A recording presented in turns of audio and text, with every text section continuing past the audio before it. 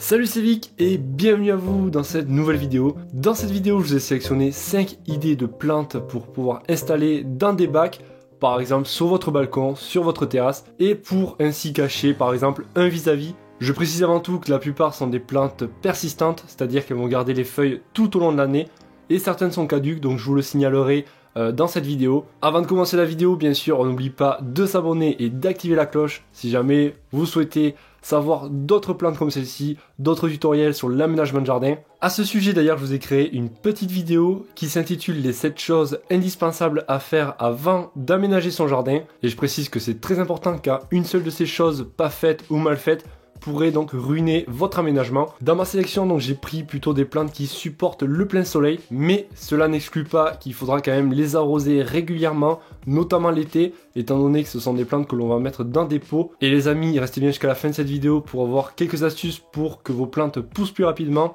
et aussi avoir moins d'entretien. Allez, donc vous êtes chaud, on va pouvoir attaquer donc par la première de cette sélection qui va être une plante persistante. C'est la prêle du Japon. Donc sur cette chaîne, vous l'avez peut-être déjà vu passer, j'avais fait une petite vidéo sur comment bouturer justement la prêle du Japon. Je vous mettrai le lien juste ici ou là, je ne sais pas trop où ça va arriver. Si jamais donc vous souhaitez bouturer votre prêle. Alors juste ce qu'il faut savoir pour la prêle du Japon, c'est une plante donc à la base aquatique, donc qui adore l'eau. Là, il va vous falloir avoir un bac qui est, pourquoi pas, de préférence fermé, c'est-à-dire étanche, car la prêle raffole l'humidité. Et elle adore donc pour se développer avoir tout le temps de l'eau à son pied. Alors voilà, c'est une plante qui va monter à peu près à 1 mètre de haut, comme vous pouvez voir sur ces images qui sont tournées donc chez moi. Là malheureusement ça commence à sécher, j'ai pas entretenu, donc c'est pas non plus très joli. Mais ce que je vous conseille, si vous ne voulez pas vous embêter, à la fin de l'hiver, donc vous coupez carrément tout au pied. C'est ce que j'avais fait l'an dernier. Et la prêle donc va ressortir dès le début du printemps du pied. Et elle va revenir donc toute jolie, pas sèche et toute propre. Comme neuve quoi. Voilà, donc à peu près 1 mètre de haut, elle peut atteindre, voire un petit peu plus. Mais là, l'avantage en fait, c'est qu'on verra quand même un petit peu à travers, sans trop y voir. Donc si vous avez par exemple une route en face, les voisins, voilà, donc c'est plutôt bien pour pouvoir manger tranquillement sur la terrasse ou alors boire un coup sur votre balcon sans être gêné donc par le vis-à-vis. Pour la prêle, donc elle pourra résister à des fortes gelées. Donc c'est une plante qui résiste parfaitement aux gelées malgré qu'elle soit gorgée d'eau. Et dans tous les cas, donc si jamais elle venait à s'assécher, comme je vous ai dit, donc en fin d'hiver, vous la coupez au pied et elle viendra à repartir dès le début du printemps avec des nouvelles pousses toutes belles. Je pense donc que c'est la meilleure solution à faire. Et la deuxième de cette sélection, ça sera les graminées. On va pouvoir choisir donc de la famille des graminées, pourquoi pas les stipas. Mais bon, c'est pas celle-ci que je pensais le mieux, car elles sont plutôt petites. Ça va être plutôt les graminées telles que les miscanthus, comme la Miscanthus chinensis, qui est très jolie et qui va pousser à plus de 1 mètre de haut. Pareil, donc là, niveau entretien, rien de bien compliqué. On va venir la tailler au pied à la fin de l'hiver. Au début du printemps, au moins, elle va repartir que de plus belle. La Miscanthus va avoir plutôt une forme de touffe, qui pourra monter donc à une hauteur d'à peu près, comme je vous ai dit, 1m30, voire même 2 mètres, si elle se plaît bien. Et le gros avantage, c'est que là, vous allez pouvoir donc la laisser l'hiver, par exemple, car ça sera très décoratif, notamment lorsqu'il y aura, par exemple, des gelées, si vous êtes dans une zone plutôt gélive. Et les couleurs donc changeront au fil des saisons. On pourra passer donc par une couleur argentée, rose, pourprée, beige doré, etc. Et pour l'emplacement du plein soleil, ça sera parfait. Et pour vous donner une idée, elle est résistante à une température de moins 20 degrés maximum. À moins d'habiter au pôle Nord, je ne pense pas qu'il fait moins 20 degrés chez vous.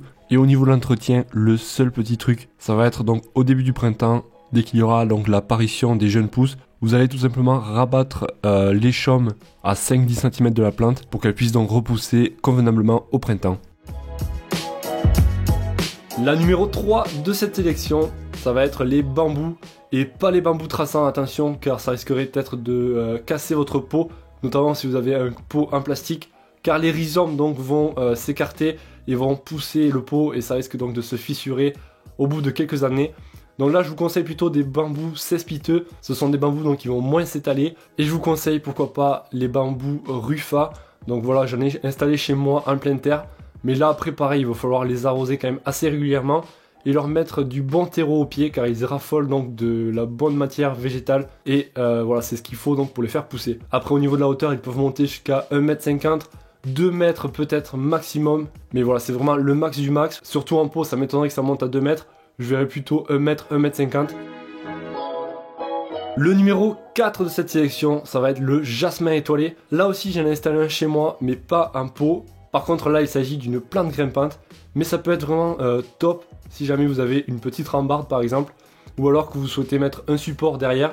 Vous la mettez donc dans un pot et derrière avec un support, comme par exemple un grillage, un morceau de treillis, ou alors un support fait exprès pour plante grimpante. Du moins il vous faudra lui choisir une belle structure.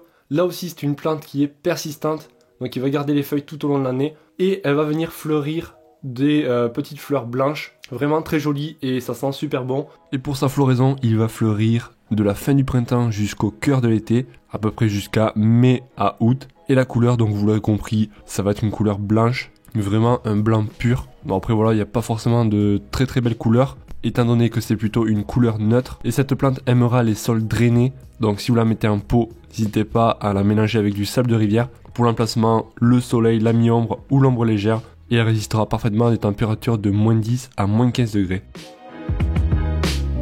Et la numéro 5, qui va être le laurier rose. Voilà, donc celui-là il est plutôt connu, il va être parfaitement adapté pour une exposition en plein soleil. Cependant là peut-être que l'hiver il va vous falloir le couvrir, notamment s'il fait de fortes gelées. Après voilà, vous allez pouvoir mettre un voile d'hivernage dessus, notamment au niveau du pot, car il va peut-être pas trop aimer avec les racines dans un pot, du moins il aimera pas trop les gelées. Après ça fera donc de très belles fleurs.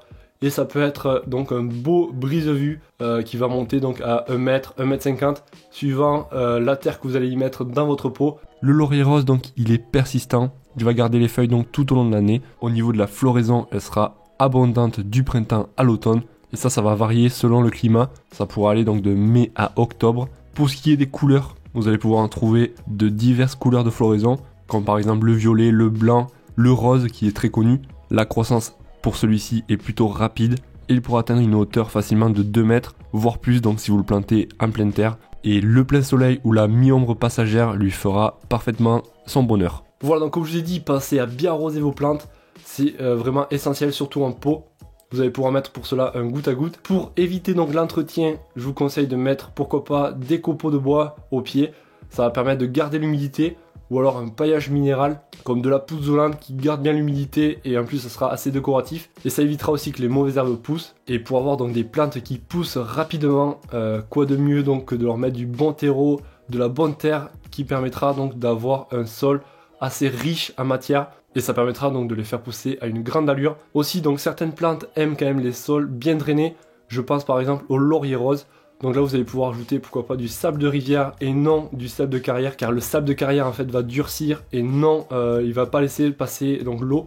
Donc je vous conseille plutôt le sable de rivière, ou alors si vous n'avez pas des cailloux tout simplement, ça fera parfaitement l'affaire. Vous les mettez au fond du pot et ça permettra donc de drainer le pot. Voilà, donc je pense que j'ai fait le tour de cette sélection. En tout cas si elle vous a plu, pensez à mettre un gros pouce bleu, je vous en remercie. Et comme je vous ai dit, donc il y a une petite vidéo qui vous attend si jamais vous souhaitez aménager votre jardin et ne pas faire d'erreur. Voilà, donc le lien est dans la description de cette vidéo pour y accéder directement. Et moi donc je vous souhaite de passer une excellente journée, soirée, et je vous dis à la prochaine. Allez, ciao ciao.